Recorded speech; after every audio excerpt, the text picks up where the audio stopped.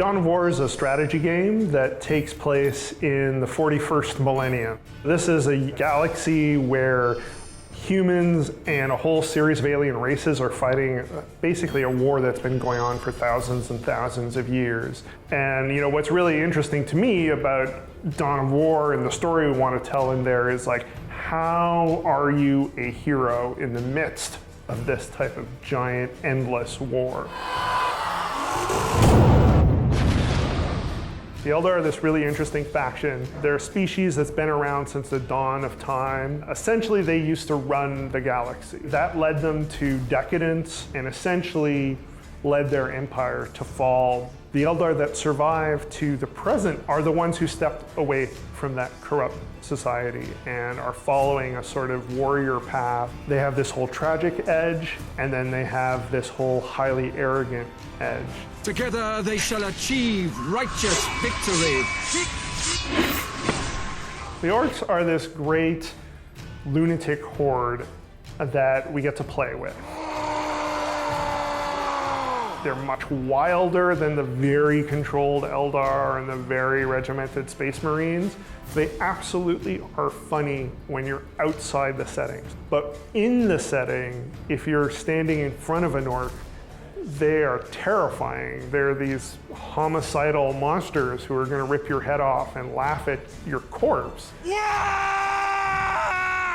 Gabriel Angelos is the face of the Dawn of War franchise in a lot of ways. He has gone through a great deal over his career, and that's something we wanted to bring into Dawn of War 3. We like to say that there are no good guys in Dawn of War, and that's true. Certainly you empathize with Gabriel and with the other heroes, but he's definitely done things that make you hesitate. I mean, he condemned his home world to extermination because he found heresy there. And that's something that weighs on him, but it's also a decision he owns. And I think in that way, he really captures what's important about the Blood Raven. Maka is a returning character for us. She was first introduced in the original Dawn of War, and we haven't really heard from her since then. When last we saw her, she was very much in charge. There was no other Eldar that she was answering to. Now we find her and she's sort of in a secondary role. She wants to regain that role. She has to find the ways to guide her people. The Orcs really come alive when there's a layer of madness and then there's some really smart deviousness happening under the surface. In a story sense, we have a hero in Gorguts who's our Orc chieftain, who's more cunning than the average Orc, who has a plan. He's still punching people in the face and ripping their heads off and mounting them on spikes and doing all these crazy orky things, but he's doing it with an agenda. I want to know! We're telling a story about characters, not about entire armies. And it's an incredibly challenging but rewarding thing to dig into, especially with a strategy game. We make games where there's a massive army of hundreds of units clashing, and it's easy for that to feel disposable. What the story brings to that is to bring context, and that's what elevates it.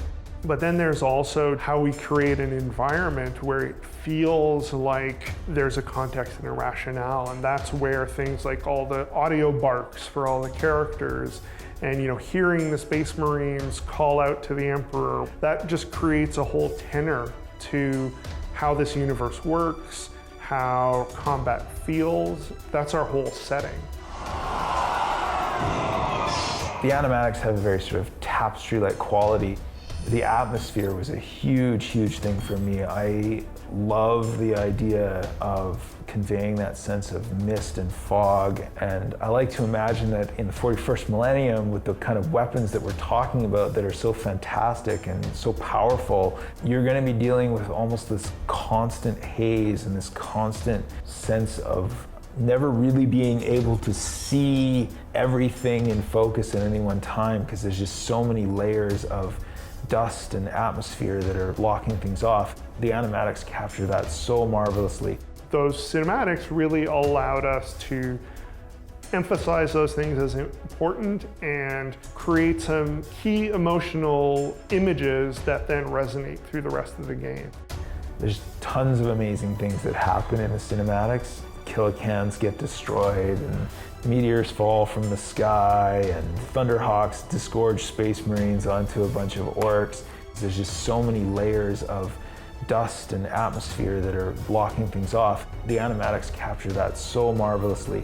We are so excited for fans to play through the campaign and experience these cinematics themselves.